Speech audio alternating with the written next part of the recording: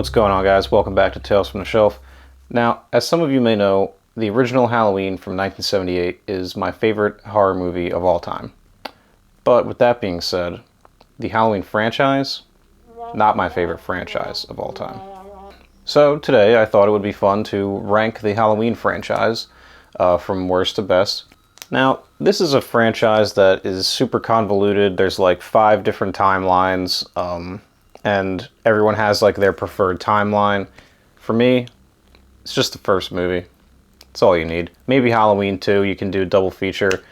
But for the most part, I'm what you'd call like a Halloween purist, I guess you would say. You really only need that first one. It never really should have been a franchise, but of course it was always going to be because of how much money it made. And I'm not, mad that it spawned all the sequels that it did, because as we'll talk about, there's something for everyone in this franchise. But for me, bit of a spoiler for the end of the ranking. The first one is my favorite. But the stuff between that's where it gets a little interesting. So we'll see. So let's just get right into it. Coming in at number 13 is Halloween Resurrection.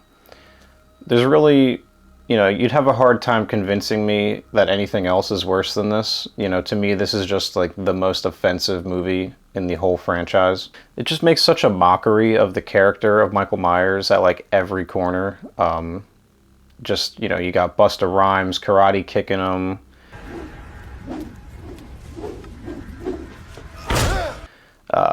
Trick or treat, motherfucker, all that stuff. Trick or treat, motherfucker.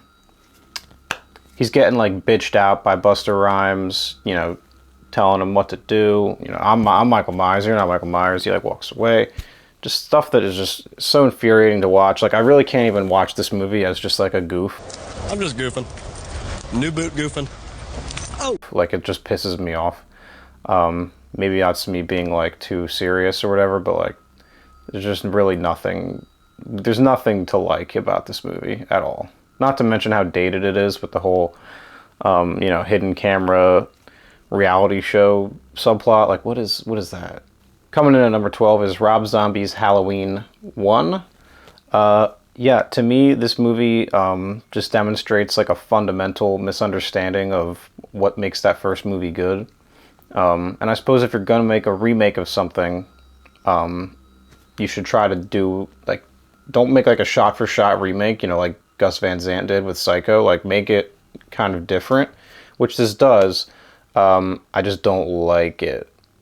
It's kind of just like Rob Zombie went like, hey, instead of, having just a normal scary guy, and he's so scary because he is just a normal guy, let's have him be like this fucking 7-foot tall monster. Because that's scary, because he's so tall. That's how you know he's scary. That sort of message there is like the microcosm for this whole movie. Like, they just take that sort of idea and then just make a whole movie around that. Not to mention, you explain Michael Myers' backstory, and it's just like, you guys, like, this is not what it's about. Don't explain it. That's what makes it interesting. Don't explain it. Coming in at number 11 is Halloween 5. So a problem that a lot of these sequels have, it's not just this one, but a lot of these sequels have, is just a silly-ass looking Michael Myers. Michael is he's the face of this movie, of every movie, except for Halloween 3, but like, he's the face, right? So if I can't take him seriously, the whole thing is just like a non-starter. Like, and you look at the mask in Halloween 5, and it's just like, dude, how is it so hard to replicate the look of that first movie? Like, they do it in 2018, and I truly don't know. Maybe some people can tell me I'm ignorant about this, but like, was it because of William Shatner? Like, did he sue them because of the rights? Is that why they could never quite get the mask to look the same? I genuinely don't know. You would think I would know this, but I don't. So if you know, let me know. And then you got all the other stuff that people have talked about ad nauseum. You got Tina, the clown cops with the sound effects, like. All clear. Nothing above, nothing below. Not much good going on here. I know this movie kind of has its fans. There are some who kind of liken it to a giallo. Like, they say it has like sort of a giallo feel. That seems like revisionist history to me. I really doubt that's what they had in mind when they were making this. So If that's what helps you get through the movie, then good for you, I guess. Coming in at number 10 is Halloween H2O. I know a lot of people like this one, and truly it baffles me because I don't understand why. This movie clearly wants to be a Scream movie as well as a Halloween movie, and it doesn't do either one well, in my opinion. It's like set in California, I'm pretty sure, so like there's none of that sort of Halloween fall atmosphere. It's set at like a prep school. I mean, none of the ingredients to a good Halloween movie are here, in my opinion. Not to mention the mask looks ridiculous as hell. Again, you can see too much of his eyes. So that's a non-starter for me as well. Like I was saying, if the mask looks goofy, if Michael looks goofy, the whole movie is just like a waste to me. Like, it doesn't work at all. I can find some enjoyment, but for the most part, these movies are going to be at the bottom. Coming in at number 9 is Halloween Kills. So yeah, coming off of 2018, which we'll see later up in this list, a little bit higher, I was super into that movie, and I was like super excited for the sequel. And there was a bit of a delay between 2018 and this movie, which was 2021 because of like COVID and shit like that. So I was like so excited to see this movie. The anticipation was real. So many theories online about the flashback they were gonna do, and it was all bubbling up to like a boiling point, and I was just so excited. So for the disappointment that I felt coming off of this movie after all that anticipation, man, it's tough to ever get past that, because I've watched this movie 2 or 3 times since, and just like trying to find something to like about it. And pretty much all there is the kills are good. That's about it. Dialogue is abysmal. It's awful. You know that already. I don't need to tell you that. Now he's turning us into monsters. Wow. I didn't know that. You're telling me now for the first time. But it's truly awful. Like, there's almost no redeeming qualities here. I mean, I'll be honest. There's really not. It's like the middle chapter, and by nature of being a middle chapter, all it can really do is kind of like spin its wheels. You don't really get to any kind of definite conclusions by the time the credits roll, because there's another one. So it's just like, what do we do? I don't know. Just have Michael fucking kill a bunch of people. Coming in at number 8 is Rob Zombie's Halloween 2. This seems to be the favorite among Rob Zombie's 2 movies by most people. It's really found its audience in the last couple years. People really ride hard for it. I respect it. I respect the fact that Rob Zombie really got to do what he wanted to do, which didn't seem to be the case with the first movie that he did. And yeah, it's just weird. It's super weird, and it's like surreal, and it feels like it's doing something different, which for me, as we'll talk about, so like obviously you're never going to replicate that first movie, right? So if you're going to make a sequel to Halloween, get weird with it, try some new stuff. Don't just try to do that again, because you're not going to be able to do it as well, and it's just going to come off as like cheap and mediocre, as so many of these movies feel to me. Just so this one feels like it stands out a bit amongst the crop, for doing the different things that it does. And yeah, I don't know. Not my favorite, but it's right around the middle. It's fine. It's cool. It's whatever. Coming in at number 7 is Halloween 6, The Curse of Michael Myers. This is another one that people seem to really dig.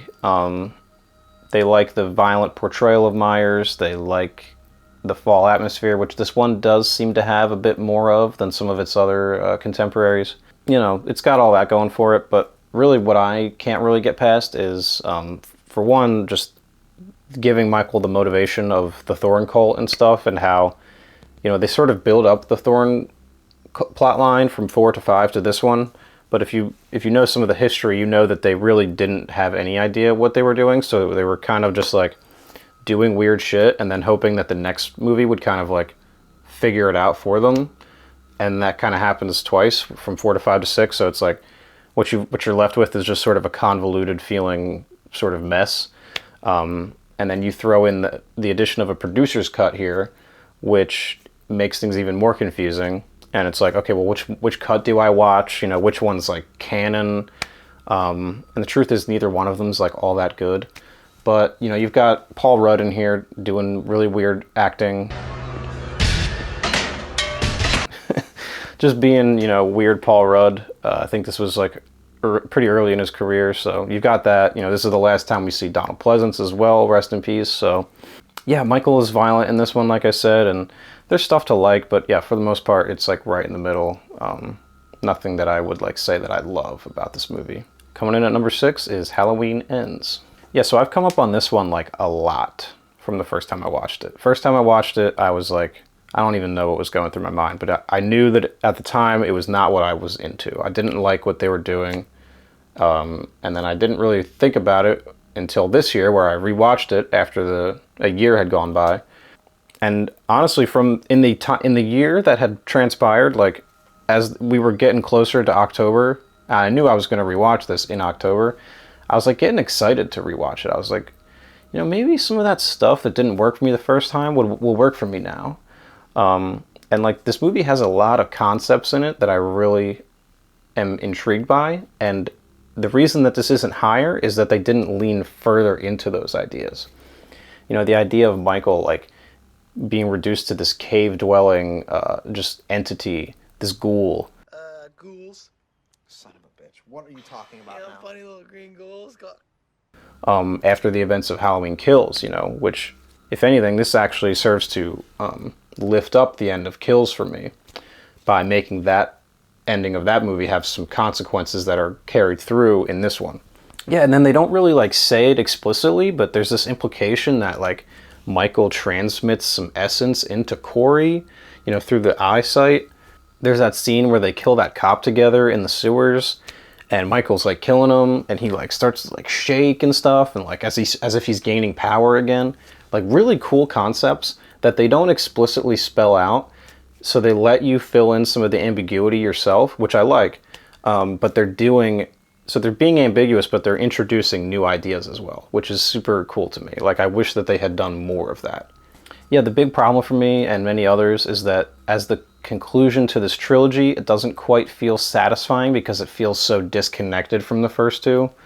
So yeah, I wish that they had kind of maybe even just reworked it a little bit to kind of make these three feel more seamless, because as it sits, they're definitely, you can see the seams between the three David Gordon Green movies. So coming in at number 5 is Halloween 3, Season of the Witch. So this one's kind of hard to grade because in many ways it's not a Halloween movie like at all, right? Like there's no Michael, it's not really a slasher even. It's like entirely its own thing, so like it almost feels sort of superfluous like where you even put this, because you know, it doesn't really measure up to any of the other movies because none of the other movies are doing what this one does. You know, this feels like something out of its own franchise. So, I mean, with that being said, though, I mean, as far as like just general enjoyment goes, I would put it here. It's just a bizarre, wacky movie, like set around Halloween time. So, like, it's fun for that. You know, you got Tom Atkins just being like the kind of an awful person, but it's fun to just like watch him sort of get sucked into this problem that he's involved in. Yeah, you know, Halloween 3 is good. It's found its audience in the last, you know, I don't even know, 10 years really. It's become more and more accepted. For a long time, people would say, don't watch that one, Michael's not in it. But I feel like that's sort of become a little inverse now, and people actually really started to enjoy this movie. I hear a lot about people wanting to see some kind of return to this. And honestly, I don't know what that would look like or like how good that would even be. And I feel like in many ways it would bring down this movie by trying to explore more of it. So yeah, I think just maybe leave this alone and just let it continue to be like its own thing. Coming in at number 4 is Halloween 4. Someone online once referred to this movie as like the first ever soft reboot. And every time I think about this movie, I always think about that because in many ways like that is super accurate. You know, after Halloween 3, they wanted to kind of bring it back to basics and get back on track and like course correct, and you know, like, okay, people didn't like No Michael, we're bringing back Michael.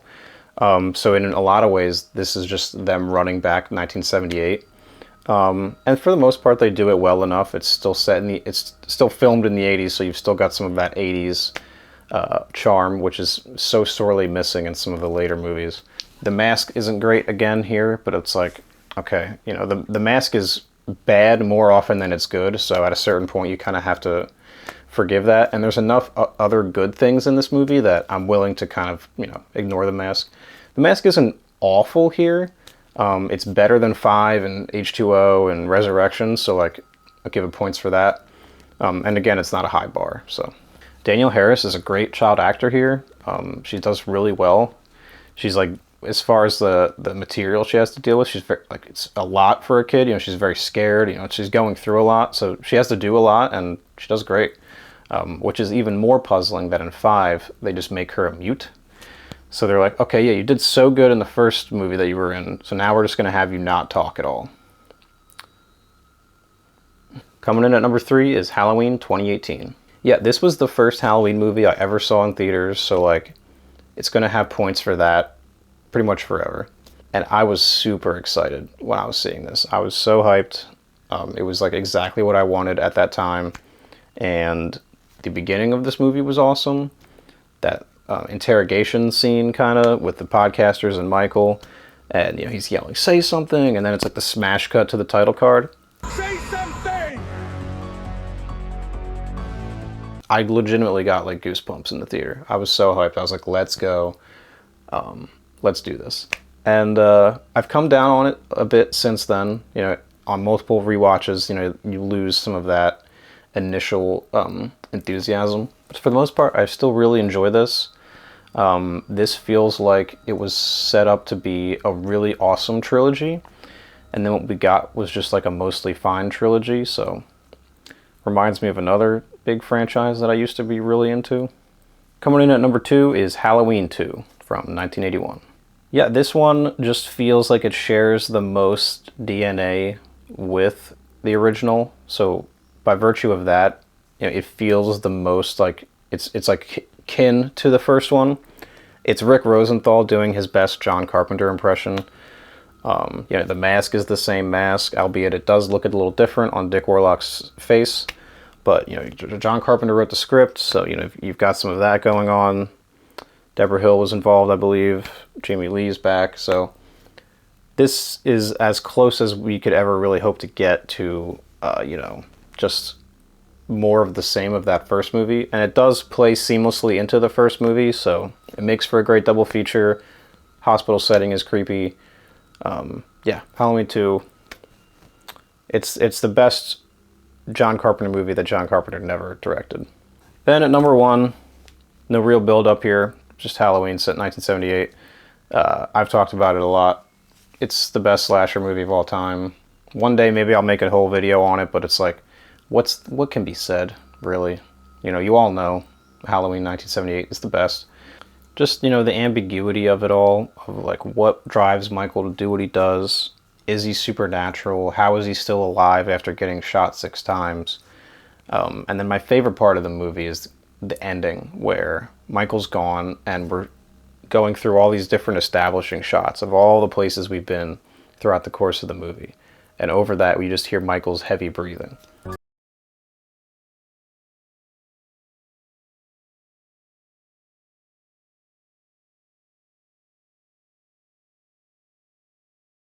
Just implies, he could be anywhere, which is just such a great ending. It's like a microcosm, an encapsulation of all the event, like the whole movie that we just watched.